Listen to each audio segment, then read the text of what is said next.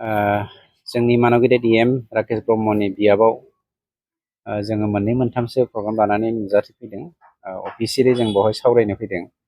मोनसेया ABC ब्लकनि हानि जेंनानि सोमोन्दै। बे ड्रन सार्भे जानायनि उनाव लेन्ड प्लटिं जाबाय, सोलिगासिनो दङ। फ्राय 80% खामानिया जोब्बाय। दा बे ABC ब्लकआ मोनसे प्रटेक्टेड एरियानि सिङाव दङ। बेखौ आसाम सरकारा रिजार्भेसन खालामनानै होनायनि उनावबो दिनैसिम खिन्थु 77 बोसोर जानायनि उनावबो आसाम सरकार आरो आगुनि BTC सरकारा बे समस्याखौ समाधान खालामनो हायाखैमोन।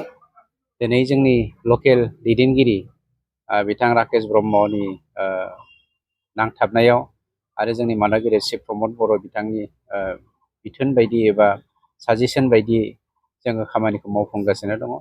थांखिया ABC ब्लकल' नङा, BTCनि गासै हानि जेंनाफोरखौ जोङो लिगेलि माबोरै फोजोबस्रांनो हागोन बिनि हाबाफारिखौ लानानै जोङो बे ABC ब्लकजों सोमोन्दो लानानै बाक्सा सार्कोलनि सिङावहाय जोङो जथायै ABC ब्लकनि दैदेनगिरिफोर गावबुराफोर आरो सार्कोल अफिसार जोङो BTC गभर्नमेन्टनि सानै जों दैदेनगिरि आरो जोंनि बाक्सा जिल्लानि आरो मोनथाम ब्लकनि जोंनि दैदेनगिरिफ्रा UPPLनि दैदेनगिरिफ्रा ज' जानानै बे हाबाफारिखौ मावफुंनाय जादों।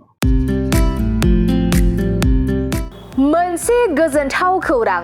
दतमा UN एकाडेमि फरायसालिया लानानै फैदों मोनसे गोजोनथाव खौरां। नंगौ, दतमा UN एकाडेमि फरायसालिया लानानै फैदों बेसेन नाङै मुं थिसननाय। दतमा UN एकाडेमि फरायसालिया 2025-26 सोलोंथाइ बोसोरनि थाखाय KG 1 निफ्राय थाखो 8 सिमनि थाखाय बेसेन नाङै मुं थिसननाय होगासिनो दं। आरो बिथराय आरो फाइलिनि थाखाय फर्म बिलाइनाय आरो मुं थिसननायाबो सोलिगासिनो दं। आरो दतमा UN एकाडेमि फरायसालियाव हौवासा आरो हिनजावसाफोरनि थाखाय हस्टेलनि खाबुबो दं। बिनिखायनो नोंथाङाबो नोंथांनि गथ'खौ दतमा UN एकाडेमि फरायसालियाव बेसेन होआजासे मुं थिसननो सानदोंब्ला आरो हस्टेलाव दोननानै फोरोंनो सानदोंब्ला थाबैनो मुं थिसननो हागोन। आरो नोंथाङा आबुङै मिथिनो थाखाय नैबे 7002660387 जानबुं नम्बराव कल खालामना खौरां लाहरनो हागोन।